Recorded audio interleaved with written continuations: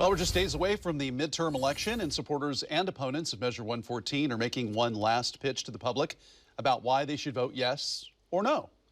Fox 12's Connor McCarthy went to a march and rally in support of the measure today in North Portland and also has reaction from those for and against the measure. In one last campaign push, supporters of Measure 114 gathered here at Dawson Park to make a plea to voters to vote yes. Now, this park does have a history of gun violence, with a man being shot and killed in March of this year. And as we approach Election Day, we're also hearing more from those who oppose the measure.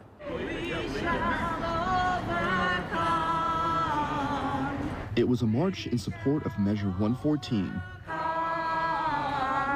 And those behind the measure made one last case about why voters should pass it on Tuesday.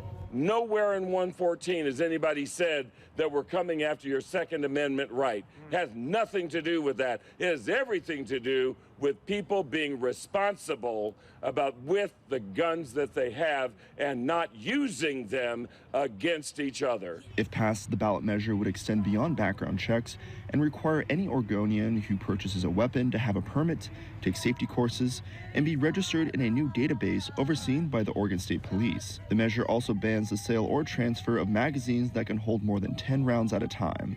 Some supporters of the measure say it's long overdue. 10 years ago, this was not possible. 10 years in the future, it will not be possible. But the opposition to the measure says they see flaws. The Oregon State Sheriff's Association came out just last week saying it would negatively impact public safety. It will move very scarce law enforcement resources away from protecting our communities to doing backgrounds and issuing permits. Deschutes County Sheriff Shane Nelson is the president of the association. He says the association did a cost impact of the measure on law enforcement and found it would cost agencies annually around $49 million. Oregon already has a strong background check system before a person purchases a firearm.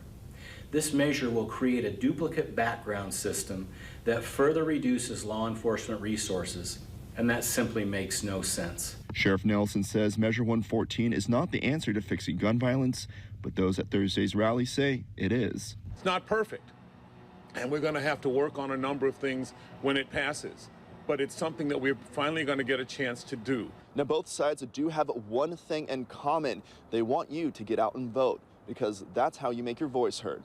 In North Portland, Connor McCarthy, Fox 12 Oregon.